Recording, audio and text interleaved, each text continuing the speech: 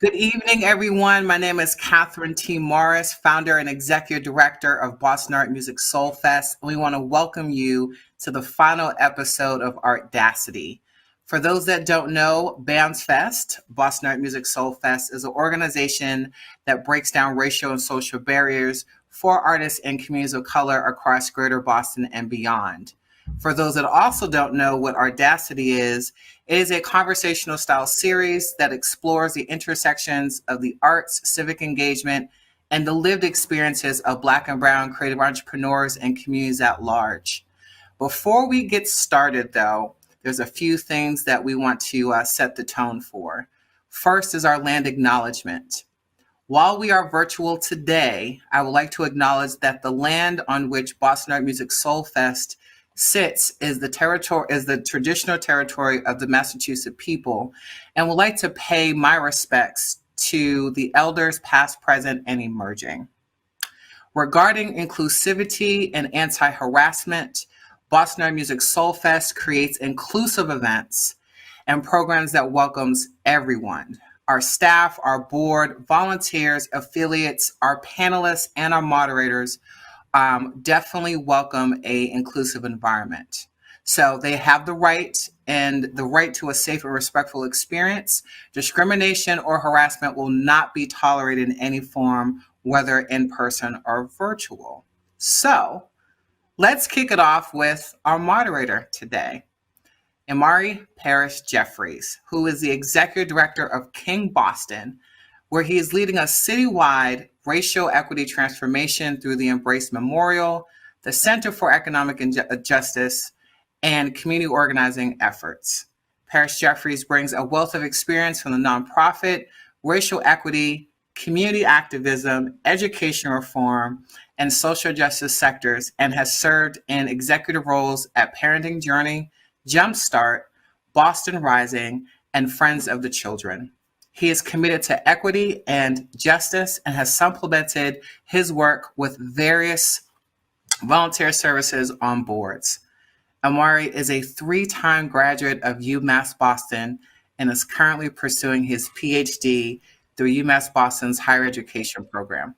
Without further ado, I introduce you to Imari Jeffries. Thank you for that introduction, Kat. I was almost like, who is that person she's introducing? This person can't keep a job. I'm so excited to be here and moderate this amazing panel. It's been a pleasure and a long time coming. And thinking about this transformation in daylight savings time, it is definitely a time where a lot of people are feeling the lack of sun blues. So this conversation is timely, and I know the holidays brings a lot of feelings and emotions on. So really excited to host this conversation with an amazing panel. And so thank you for allowing me the pleasure. Black health is an invaluable form of wealth. In this fast-paced society where time is short and tasks are abundant, how do we find time to slow down, process, and take care of our minds, body, and souls? And this is a question that we've been asking each other and ourselves for a while. How do we overcome stigmas around mental health and emotional health to realign our thinking and to lead better versions of ourselves and really a better version for those around us, especially for those of us who have children? In this episode, we'll explore those questions and learn how to collectively take action and to do one thing, and that's to breathe, and that's really slow down and breathe. So I'm excited to introduce our panelists. And so first up is Dr. Charmain Jackman. Dr. Jackman is a Harvard-trained licensed psychologist with 23 plus years of experience in the mental health field. She's a national spokesperson on BIPOC mental health and advocates for emotional well-being and wellness for all. Dr. Jackman has worked in schools for over 17 years and has served as Dean of Health and Wellness at Boston Arts Academy for the past 10 years. Dr. Jackman is the founder and CEO of InnoPsych, Inc., a mental health tech startup on a mission to disrupt racial inequities in mental health. She also consults with organizations on topics including mental health, racial trauma, employee wellness, and diversity, equity, and inclusion. She has won several awards with her impactful work and has been featured on national media outlets such as New York Times, NPR, PBS, and the Boston Globe. And so we're excited to talk to Dr. Jackman, Dr. Charmain, if you're familiar. And so welcome. We're excited to have that conversation. And then our other panelists, some of us may have been graced by the amazing sounds of Cliff Notes, an award-winning multi-digital media artist, musician, organizer, and filmmaker. And if earlier today we were reminiscing on his glow, their glow today. So we got the glow and the relaxing glow. So Cliff Notes art is a continuous exploration of the Black mind, rooted in hip hop. Their art tackles political and the personal, exploring the intimate consequences of society where Black bodies are easily ignored, forgotten, or disregarded. In 2017, they were awarded the grand prize winner of the March on Washington Festival and honored alongside of one of my personal legends, Ta-Nehisi Coates. In 2019, Cliff became the musician to be named Musician of the Year for Boston Magazine's Best of Boston and their 100 Most Influential Bostonians in 2020. please welcome both of our panelists. And if you're listening or watching, you could welcome them, give them a round of blinks, and so we could virtually blink that round of applause. So you could clap in your own room. You might have your family looking at you if you got your headphones on. And so I'm going to open up the conversation with Dr. Jackman. And Dr. Jackman, you spent the last 20 years or so unpacking stigmas around mental health for communities of color as it pertains to Black and Brown people in particular. How would you define mental health and wellness today? How has it changed? Thank you again. Thank you, Imari. It's wonderful to be part of this panel. And I love that question, right? So we kind of level set in. We want to really know, what are we actually talking about? So there are lots of definitions, perspectives about what mental health is. But I see it as really our ability to cope with the demands of life, right? Life throws us all kinds of things that we are challenged with. And really, our mental health and well-being is about how we are able to manage and navigate through those situations. I also see it as on a continuum, so continuum of unhealthy to healthy. And really, at the healthy end is where we're able to function well, develop good relationships with people, manage all our daily demands, and have enough left over to be kind and maybe give back to our communities. That is someone who's mentally healthy. On the other hand, someone who is on the extreme end of mentally unhealthy, or what many people might call mental illness, are people who might struggle with their day-to-day life, who may have lots of conflict with family and different situations in their life. They may not be able to work consistently. So people on that unhealthy end are really kind of struggling to really kind of function in their day-to-day. So that's kind of my definition of mental health, and how I see it and how I have used it to educate clients in the communities that I work with. I appreciate that. And thinking about that stigma, particularly for mental health for Black and Brown communities, where does some of that stigma originate? Why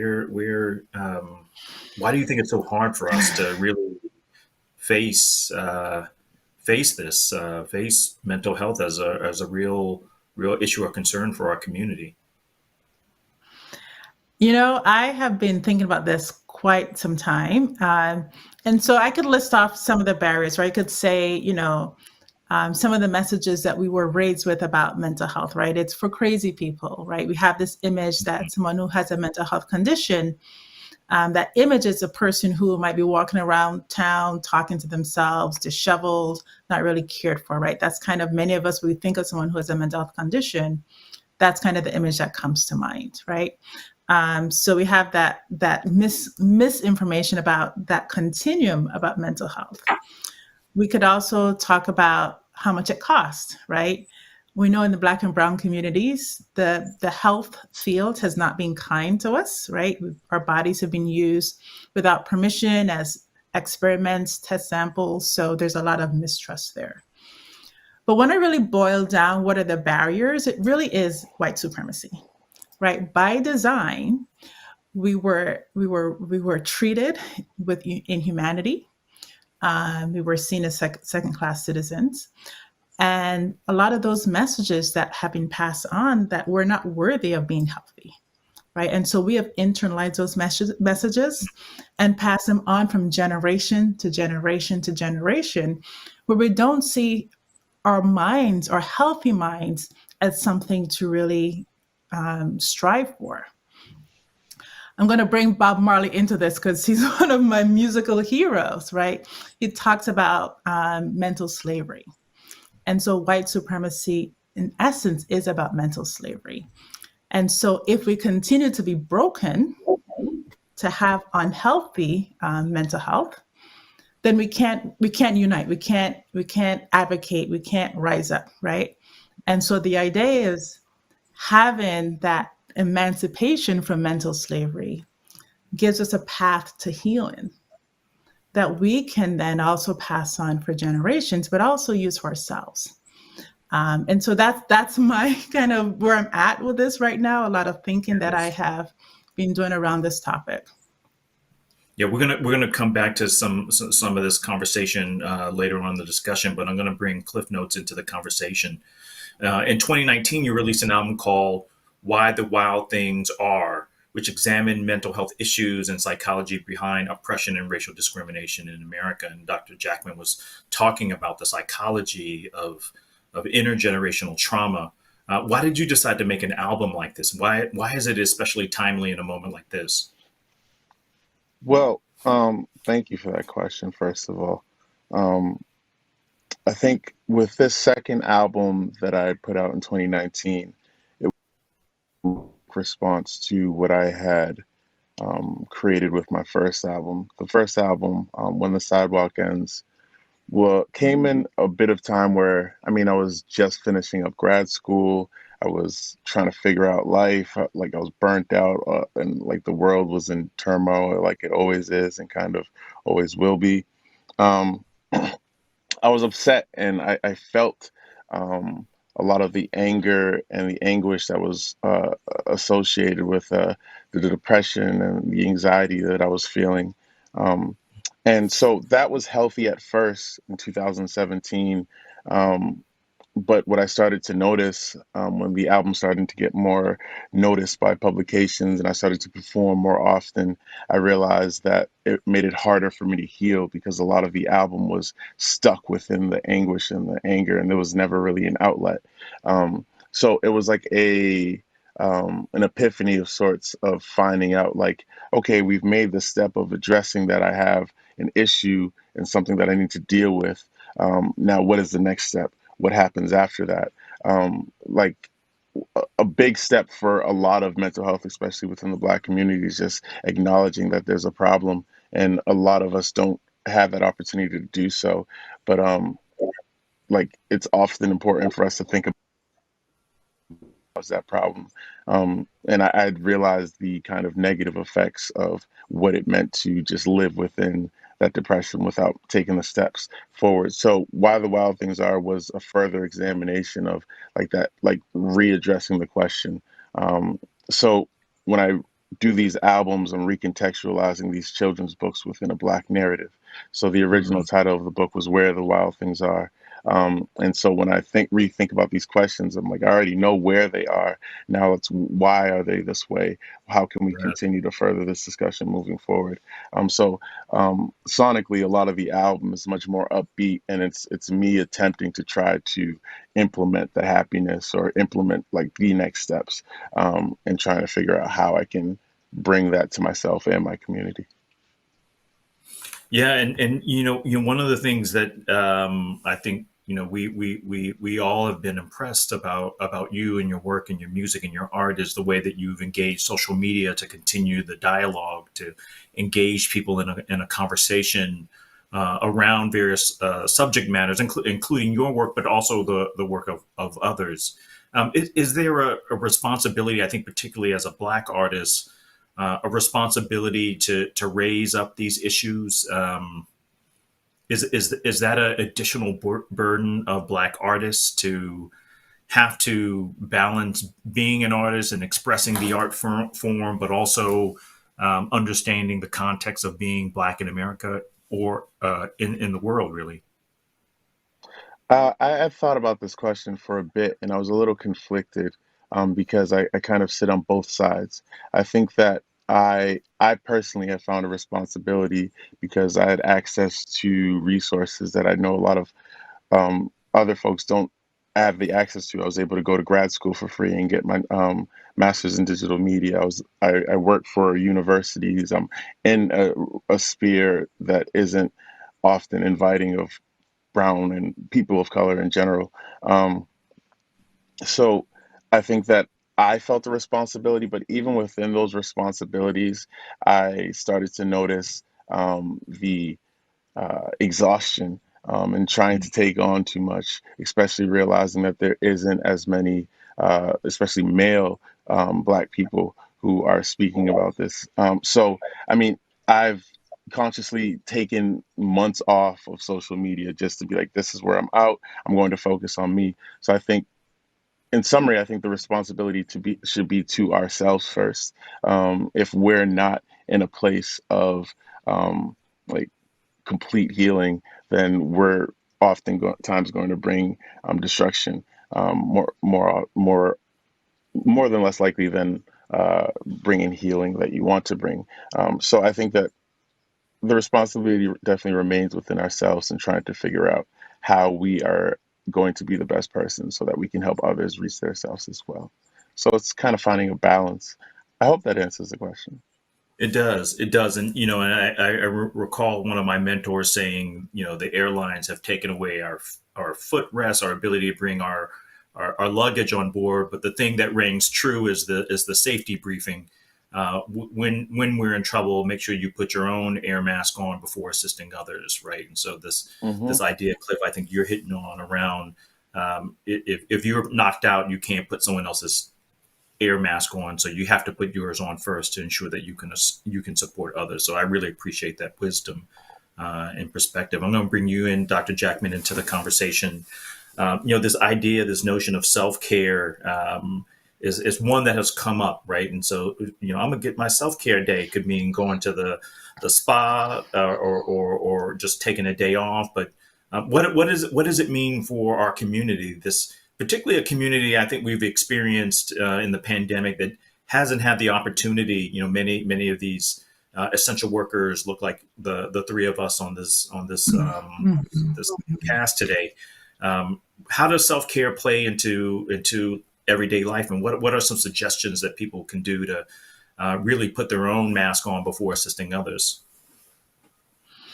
Yeah, I love this conversation, and that whole putting your mask on, filling your cup first, it's so important. And we really kind of, downplay that. We don't understand why that's so important. And because a lot of us, right, as you talk about first responders, or even if we're not in the front lines, there's a pressure. We're taking care of ourselves. We're also taking care of our community, right? I think the question you asked Cliff about, does he feel a pressure to share what he's learned with other people? And I think that's part of our community, right? It's about giving. And it's so important that we have to fill our cups, in order to be able to give. We can't pour from empty. And in terms of self-care, I love this question because I have a very nuanced impression of this, or definition. When we think of self-care, I think the things you just mentioned, Mari, getting our nails done, getting our hair done, getting your lineup, right? Those are things that come to mind first. And I really want to make this distinction between pampering, which is like doing all that stuff for the outside, right? Like looking pretty, right? Looking nice, looking fresh. And the self-care that really is about that internal work, right? That internal work to help bring our minds settled, calm.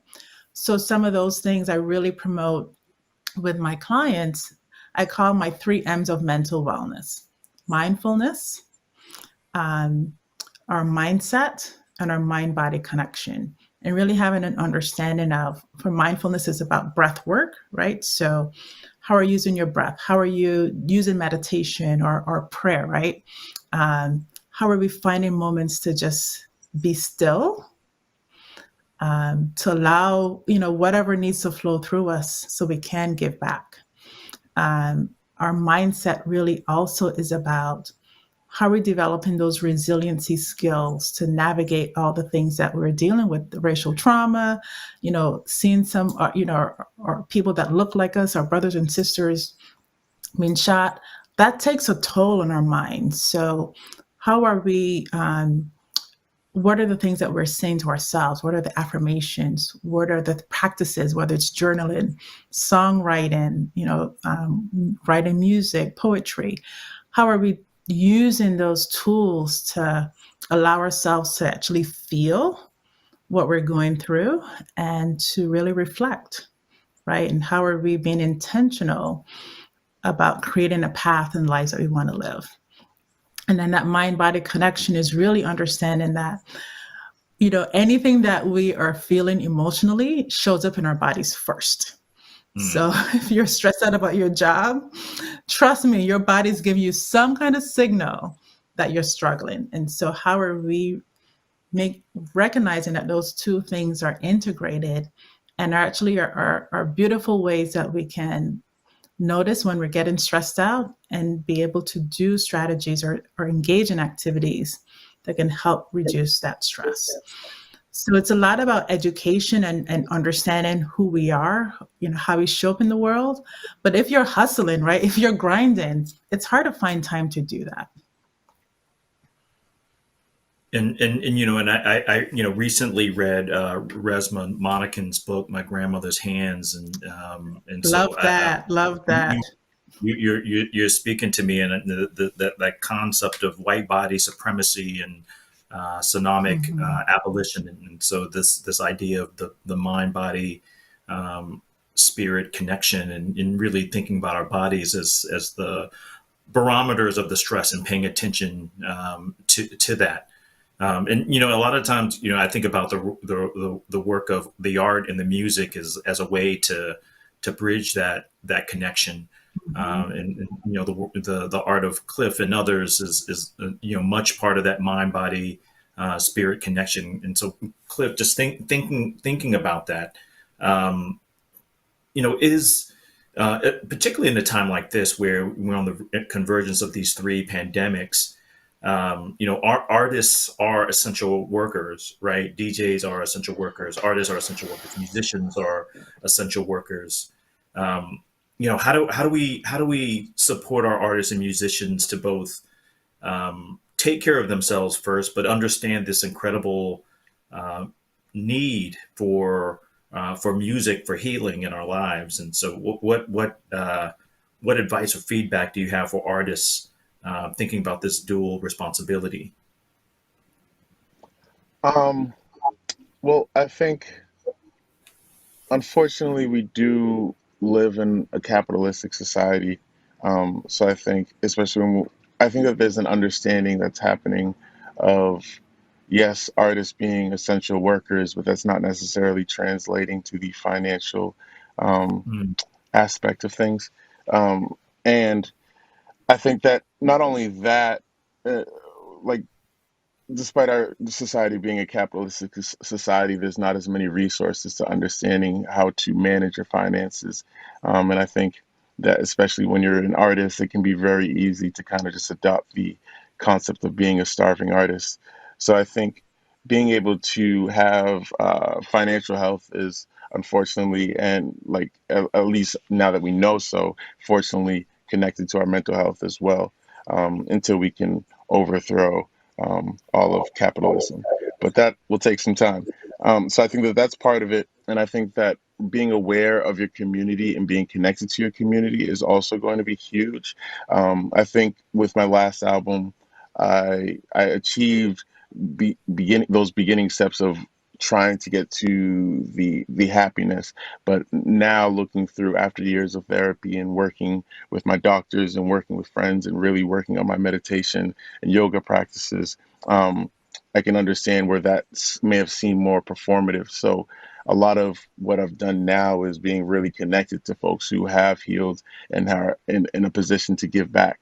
And I think that that kind of reciprocity between your community can be much more healing. And your community can look like anything from your friends to your family to your cat or your dog. Like those are super important too. Just being connected to other beings and being aware that only being on this world can be extremely important, especially as artists.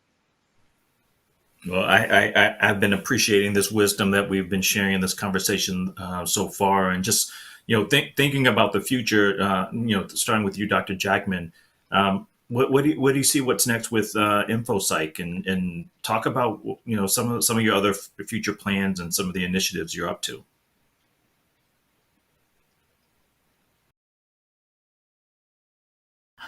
There we go. I get to start over. We didn't want to say anything in case it was us, so we just sat there. Cliff and I were just smiling, nodding. Mm-hmm. We were giving you. I know you were nodding. Maybe so. I could hear.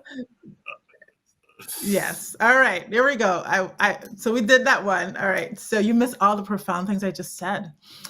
So for InnoPsych, I'm so excited. I was just saying I'm really blessed to have been in a position, I think like Cliff was sharing, being able to do your craft and then be able to then also think about how you can share that and also help other people. kind of actualize it and achieve as well. So part of InnoPsych, after working, in a school system for the last 17 years, I really wanted to think about how can I make a bigger impact on the mental health field. And launching InnoPsych in 2020, I never imagined 2 months later that there would be this thing called COVID. And so we were really uniquely positioned to really provide lots of mental health support for communities of color in particular. And, my whole mission when I started InnoPsych was to really destigmatize mental health, really address the inequities. And it's like, wow, like this situation really created that opportunity. So over the last year and a half, we've been doing lots of community programming, really changing the conversation about how people talk about mental health, how people think about mental health, therapy, right? And I always tell people, if you ever worried about what people are going to say about you going to therapy, now you can go. No one can judge you because we've all been through this COVID thing, right? So, really just normalizing those conversations for people. And I've seen a real excitement from people really interested and investing in therapy, which, in Black and Brown communities, which is for me just heartwarming. When you go to therapy, I think it's such a beautiful process. And Cliff, you've talked about it, right? And so I think people just don't know what happens in therapy. So it's so mysterious. When you experience it, you want more of it. So in terms of next steps for InnoPsych, we're really looking to really think about how can we really impact even more. And I'm actually we're going to be working more with companies and being a resource for their employees through their employee assistance programs or ERGs. So that's really the model that we're moving towards, because we've gotten lots of requests from companies to support their employees of color in the workplace. And that's definitely a place we want to go. I'm also seeing lots of money come into the city around health and mental health inequities. And I want to make sure that people like me who are doing the work have access to some of those resources, because there's so much that I've been able to do and very limited. And I think our communities want people who look like them providing the services. That's loud and clear. In the work that I've been doing, in the surveys that I've done with folks, they want people who understand their background. They don't want to go to therapy and experience racism in that space. And that's what we're about, making sure that they have access to culturally informed, competent, high-quality care by someone who looks like them. That's right. That's right. Well, how can folks who are listening or watching get a hold of you? What's the best way for the audience to connect with you? Sure. Definitely check out our website. InnoPsych.com is a little funky to spell. So it's Inno like innovative, and then Psych P as in Peter, SYCH. We also have a pretty good presence on Instagram and Twitter. So definitely connect with us there. And we just launched our YouTube page, InnoPsych TV. And we have lots of programs that we've run, lots of other trainings we've done, like around suicide prevention, gratitude, lots of mindfulness strategies are there. So, our goal is to just flood you with resources and tools that you can use. So you have all the reasons to tap into your mental health and wellness. Well, I love it. It's been a pleasure having this conversation. Cliff, thinking about what's next across the horizon. We're turning the corner. 2022 is, can't believe it, less than 7 weeks away. We're almost in 2022. What can your fans and folks listening expect for you in 2022? Talk about some of the projects you're working on. Well, always creating, so I can definitely say that there'll be a lot of art for folks who know my work, that can mean a lot of different things, and I'm intending for it to mean all of those things. So a lot of that, I definitely will be opening up my second gallery show up on the Seaport. More information about that in the coming months. Really been spending a lot of time since the beginning of COVID, building Hipstery, which is my digital media production company, and really working on creating a space and platform for marginalized voices and stories to be heard and told. I mean, a big reason why I was able to understand that I needed to get some type of mental help, or understanding what mental illness was through representation, through media, through film, through music. And so being able to have a space that is intentional about creating a platform and a physical space and and then the digital space, for artists to get those messages across, is really important for me. So a lot of updates for that coming in the next year. And um, yeah, I think that's a bit of all I can say at the moment. But a lot of exciting things for sure. How can people find you? What's the best way? Oh, you can show up at my house and just knock on the door, bring some vegan food. No, That's me. so so yeah, you can find me on Instagram or Twitter, which is Cliff Notes, CliffNotez. So notes with a Z, two Z's. Or you can email me at cliffnotes.com. And then that's one Z. Well, I've been here with Dr. Charmain, Jackman, and Cliff Notes. It's been a wonderful opportunity to spend time to catch up and check in about Black mental health, about the projects you're working on. Excited to be continuing the conversation, and hope to see you soon. Hope to see you soon in person.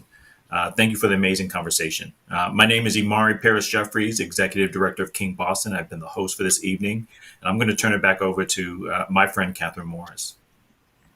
Thank you, Amari. Thank you, Dr. Jackman. And thank you, Cliff Notes, for tonight's discussion. Special thank you to, of course, our sponsors, King Boston, of course, and Amazon.